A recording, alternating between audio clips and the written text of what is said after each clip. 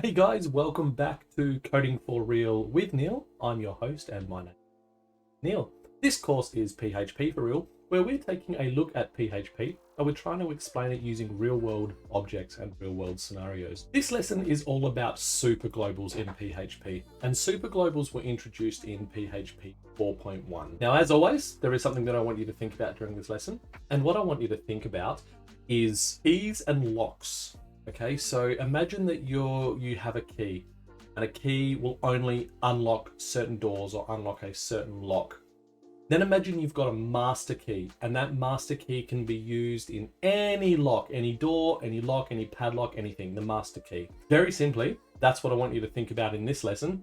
Without further ado, let's get into the lesson. Before we jump into the video, guys, make sure that you do hit that subscribe button down underneath. It really does help me to reach and teach more people.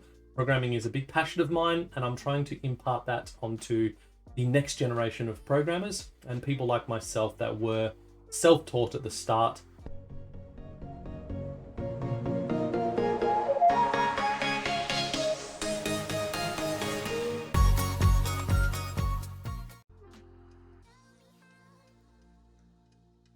In this lesson, we're going to be talking about superglobals. But before we get into superglobals, we need to talk about a concept called scope. And very simply, I'm on codeacademy.com here, and scope is a concept that refers to where values and functions can be accessed. There are various kinds of scopes. There is global scope. That means that a value in the global scope can be used anywhere in the entire program. There is function scope, which means that a variable declared inside of a function can only be used inside of that function. There's code block scope, where a variable that's declared inside of a code block is only visible within that code block, okay? Superglobals are variables that are accessible anywhere, absolutely anywhere. So over here on W3 Schools, we have the PHP Superglobals lesson. And as it says here, superglobals were introduced in PHP 4.1. Let me zoom in a little bit. Just here, superglobals were introduced in PHP 4.1, and they are built-in variables that are always available in every single scope. Superglobals, they're predefined, and they are always accessible. You can access them from any function, from any class, from any file, without having to do anything to them. And then some common ones that you're going to be using all of the time are post, session, cookie, get, request, and server. In web development, they are the ones that you're going to be using all of the time, but then there are some other ones here like files and env as well. In this lesson, I'm going to be going through globals, server, request, post, get. So the first one we're going to be looking at is what is known as the globals. Globals. Superglobal. You normally declare a superglobal by an underscore and then the name of the superglobal predefined variable in all capitals, just like that. But for the globals superglobal, there is no underscore. But when we get into the next ones, you'll see what I mean about using the underscore. So the globals superglobal essentially lets you store variables and access them from anywhere rather than be defined by scope. Let me show you what I mean. Let me set a variable called x and set that equal to 5. And then we set another variable called y and we set that equal to 6, for example. Nothing new there, you know how to do that. Then what we would do is let's create a function and let's call this multiply. Okay, we open and close parentheses, we open and close curly brackets. Again, nothing new here. Then normally what you would do is you would set a variable z and you would set that equal to x plus y. And then inside of here is you would echo out z, right? And then anytime you want to, and then anytime you call the multiply function, it's going to do this. But as you can see here, it's returning an error because of scope. This multiply function doesn't have access to X or Y. It's saying that it's undefined because of scope. So instead, what you would do is you would use the globals. Now, globals stores all of its values within an array. Okay? So what you would do is you would open and close the square brackets, just like when you're declaring an array. Then you would put in single quotes and then Z.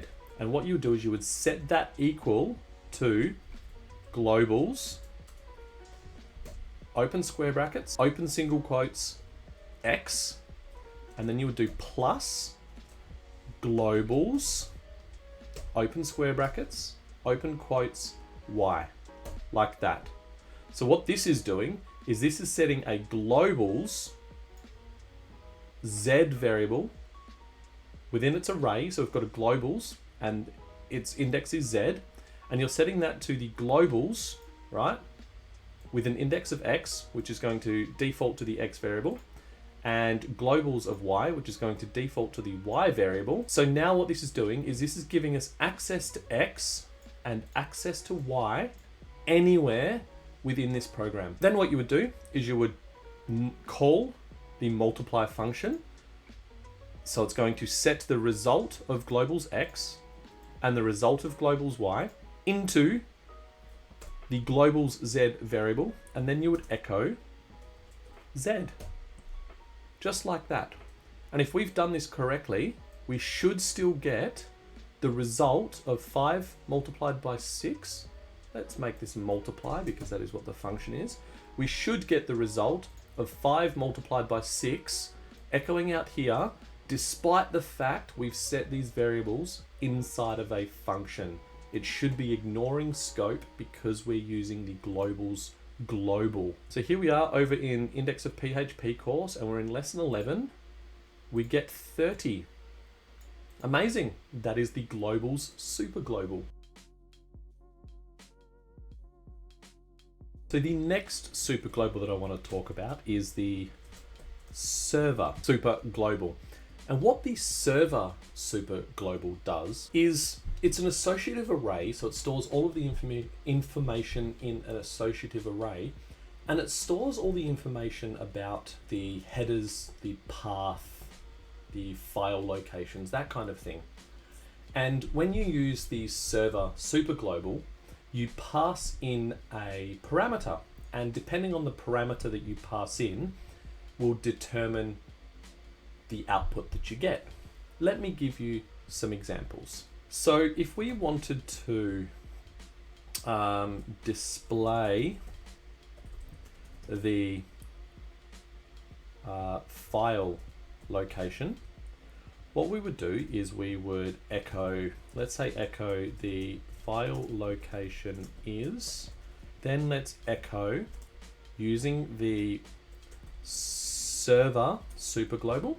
It's an associative array, so we need to open and close square brackets. We need to put in single quotes, and then in here we would put in PHP underscore self. And what this will do is this will show the file location of where this file is located. So in the browser, we would get, let me refresh, we get the file location is PHP course lesson 11 index.php. That is one parameter we can use. Let me echo a break here. Okay, and let me echo a break down here and another break. What if we wanted to get the server name? We would echo the server name is, close the line, and then we would echo out using the server super global, open and close square brackets, open and close single quotes, and then in here we would put, very simply, server name. Let me put in another break. What if we wanted to show the port number? We would echo and say the server port number is, and we would go down and we would echo using the server super global, open and close square brackets, just like we've done, and we would say server underscore port. And it's returning an error because I didn't close the line with a semicolon. and that would return the server port number. Let's go have a look in the browser at what these look like. So over in localhost, we refresh. So the server name is localhost, which is actually the default localhost as it says here. And then the server port number is 80. So 80 is the default port number that MAMP uses. And I think most of the local servers will use port 80. So that is the server superglobal. The next one that I want to look at is the request superglobal. So what the request superglobal does is it's an associative array, as all of the superglobals are. It's an associative array that by default, it contains all of the information that is stored by the get, the post, and the cookie superglobal. And then it sends a request and it returns that information. So I'm just going to write here, contains all the information within the get, post, and cookie superglobals. So let's run through what the get and the post superglobals are all about, because then the request will make more sense and we'll do one big example at the end. Okay. The get superglobal. So the get superglobal collects data after a form is submitted in HTML using the get method. So you may have seen when you're creating a form in HTML, if you know HTML, and you're setting the method, and you can either set it to get or to post. So get will collect the data for any form that is submitted using the get method. The get superglobal also collects data sent to the URL, as opposed to the post superglobal. The post superglobal also collects data after a form is submitted in HTML using the post method, but it won't collect data sent to the URL. So post is more widely used and it's generally considered more safe, because getting it will send the information to the URL, which you can then pull out. Posting the information won't send that information to the URL. The post superglobal is more widely used when you are sending variables, because it will actually send it to a file and you specify the file name that you send it to, rather than sending all of the data to the URL. That's the difference between post and get. Let me just put a little note here. Sends data, most specifically variables, to a specified file name and location. That is the difference between get and post. Now, let's do an example using all three of these. All right, first things first, let's do one using the get method. So we need to close our PHP, and then we need to open it again here, and we need to close it again here. So first things first, let's just create a very simple HTML boilerplate, and let's call this get request. So for the get superglobal, what we're going to do in here is we are simply just going to set a link tag. So let's set an A tag, okay? And in the href, so if you know HTML, you'll understand what a link tag is, and then you'll understand what the href is. So it links to a URL. It's a hyperlink reference. And then what we're going to put in the href is we are going to create another file that is called test, and we're just going to do test.php for now. So let's create that file. Okay, so we have the test.php file here. So in the test.php, we're just going to create a boilerplate. We're going to just call this testing get. So very simply in here, all we're going to do is we're going to open and close our PHP, tags. And then in here, we're just going to echo out my name is, then we're going to append on, we're going to concatenate on with the get superglobal. Remember, it's an associative array. In here, we're going to put name.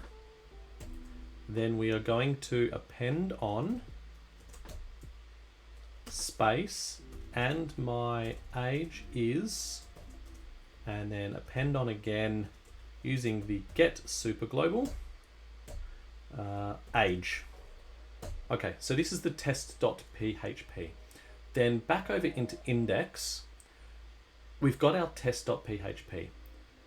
In test.php, we've got a get variable superglobal called name and one called age. So to get access to them, what we're going to do is we're going to put a question mark. And then anything after this question mark is setting, using the set, is setting the access, is setting the variable that can be accessed by the get superglobal. So then here, what we would put is we need to include both of these. So first we will put in name. So we will put in name, and then we're going to set that name to something. Let's set that to Neil. And normally what you'd be doing is you'd be using this in a form where you would set this name. So you'd have a pop-up box and you would set this name. So the person would input their name and then the name variable would be equal to whatever they input. Okay, but we need to set the second one. So to have more than one, you use an and then you would set age, and then you would make that equal to 39. It was my birthday 2 days ago, so I am now 39. And then in here, we just need to put something. So we would put, who are you, for example. All right, so what's going to happen here? So let's go over into the browser and see what this looks like. All right, over in the browser, we refresh and we've got this who are you, and it is a hyperlink. So when we click on this, it's going to show us my name is Neil and my age is 39. And if you'll notice, we are now in lesson 11 in test.php. So what just happened? What exactly is happening here? So what's happening is we have a hyperlink, and this hyperlink is linking to the test.php file, right? So it's linking to this file. So when we click on this, it's hyperlinking to test.php, so it's going to echo out whatever is in here. But then we have this get name here. We have the name set as Neil. So when someone clicks on who are you, the name and age are getting sent to test.php and appended on the end. And then you access those by using the get superglobal. So your get superglobal will get anything that is titled name, which this is. So the title of name has a value of Neil. So it is going to get the name and it's going to insert the value. And then it's going to do the same for age. That anything that's got the title of age, it's going to insert the value in the place of get. And that is how the get superglobal works. All right, the next one is the post superglobal. And this is going to be a little bit more involved. So let's create our HTML boilerplate, just like we always do. And this is testing post, just as the title there. So this time, the first thing we're going to do is we are going to set up a form. You should know, if you know HTML, you know how to set up a form. So first in the body, let's use a form. Let's get rid of the action for now. Inside of the form tags, let's set an input. The type is going to be submit. So that's just going to create a submit button. Then in the form, let's create a method and let's set the method to post because we are testing the post superglobal. Then we set an action and we make the action, we open and close PHP, and in here we echo, let's use the server superglobal, PHP underscore self, and we need to close the line. So the action is we are echoing out the file name as the action of this form. So then we are setting a name and we are putting an input And in that input, the type is going to be a text. The name of it is going to be just name. So all we're doing here is we've got another input. So this is going to be an actual user input. So they're going to input text. The name of it is name because we need to know what input this is. And then we're just appending a label to the start. You can also use label if you want to use label. And then we have a submit button, a very, very simple form. So over in the browser, this will look like, if we refresh, we've just very simply got the name appended on the start where we can input things in here. That's my two cats' names. And we have a submit button. Very, very simple form. Then what we do inside of the body is we open and close our PHP tags. Then we're going to set an if conditional.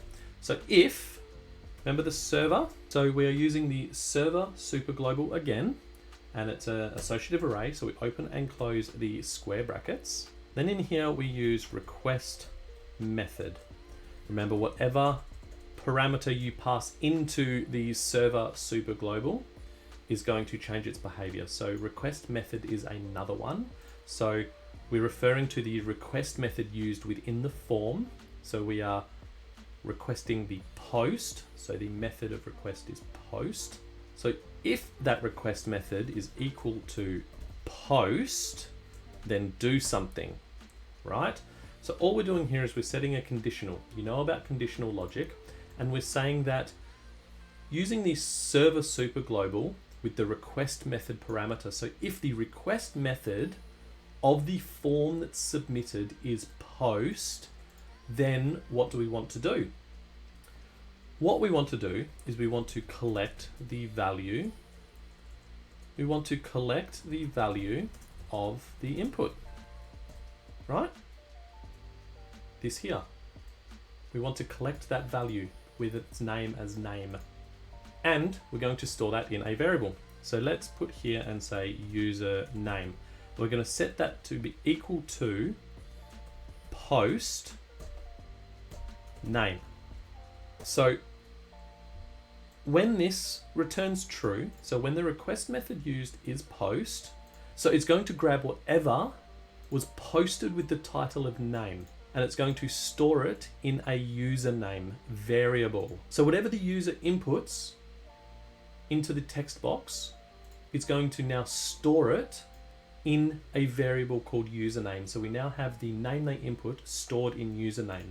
So what do we do with it now? Well, all we do now is we echo their username, just like that. And so what this is going to do is it's going to have a text box, and you type your name in, and it's associated with the tag of name.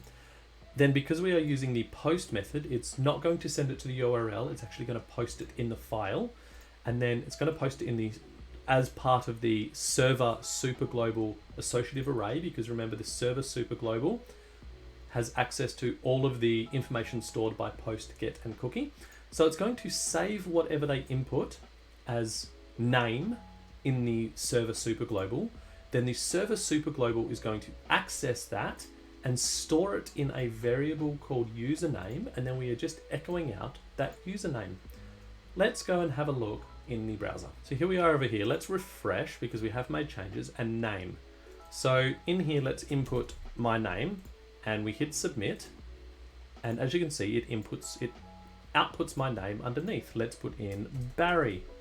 If we submit that, it's outputting it there. As you can see, it's not storing it in the URL, so it is a lot safer.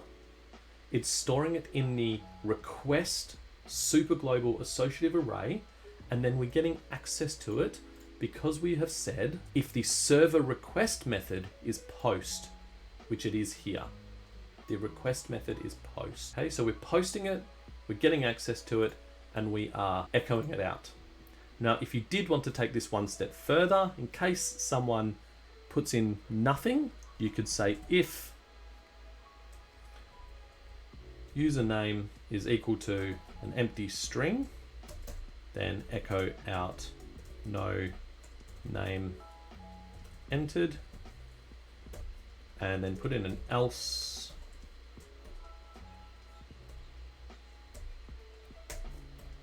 and close that off down here. So now what we've done here is we've just set up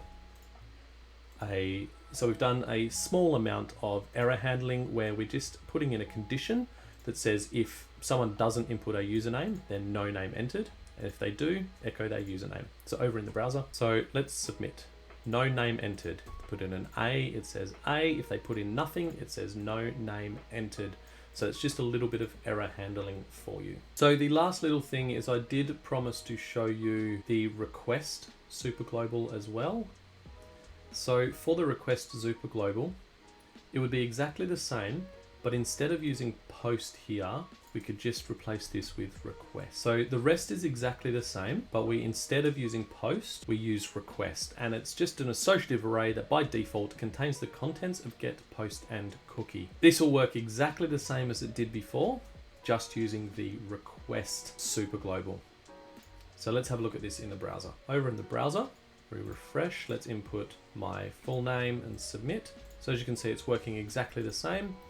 And if we put in nothing, we get no name entered, and all we've changed is post to request.